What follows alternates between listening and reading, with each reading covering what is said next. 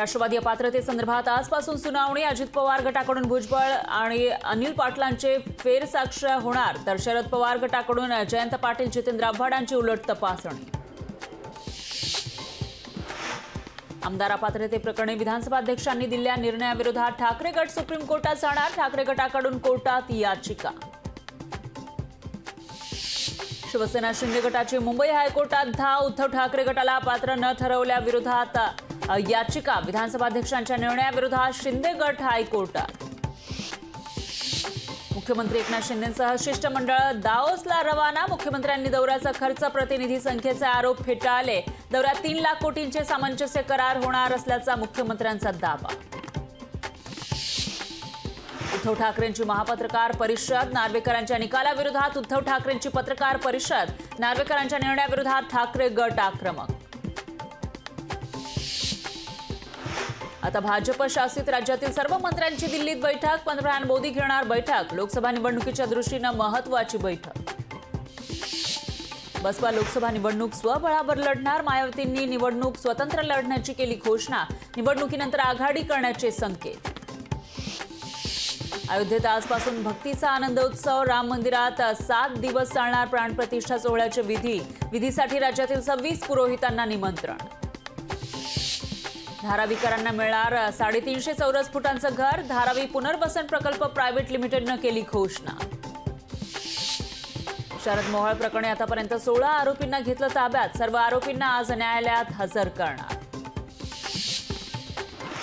राज्यात काल दिवसभरात आढळले कोरोनाचे 35 नवे रुग्ण, सक्रिय रुग्णांची संख्या 630 वर। नागरिकांनी काळजी घेण्याचं प्रशासनाचं आवाहन।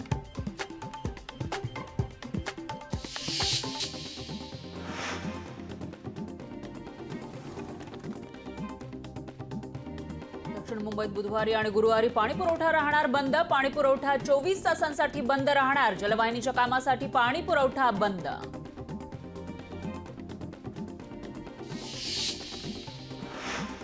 धरांगे पाटलांच्या आंदोलनाची पोलिसांनी मागितली माहिती, मुंबई पोलिसांनी संभाजीनगर पोलिसांकडे मागितली माहिती। लोकशाहीला सूत्रांची माहिती।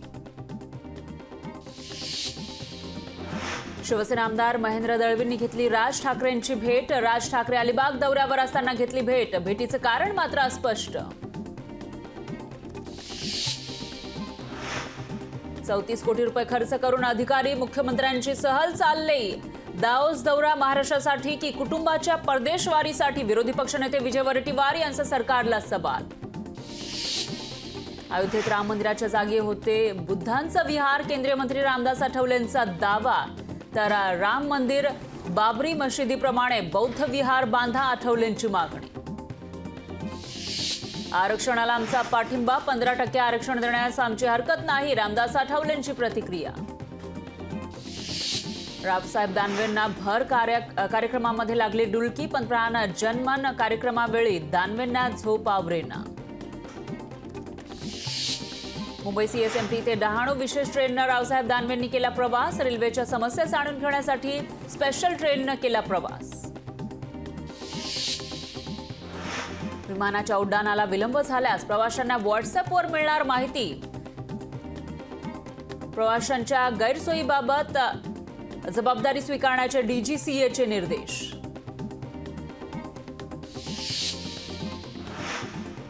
उत्तरेकडील थंड वाऱ्यामुळे राज्यातील कमाल आणि किमान तापमानात घट, पुढील काही दिवस थंडी वाढण्याची शक्यता, हवामान विभागाचा अंदाज।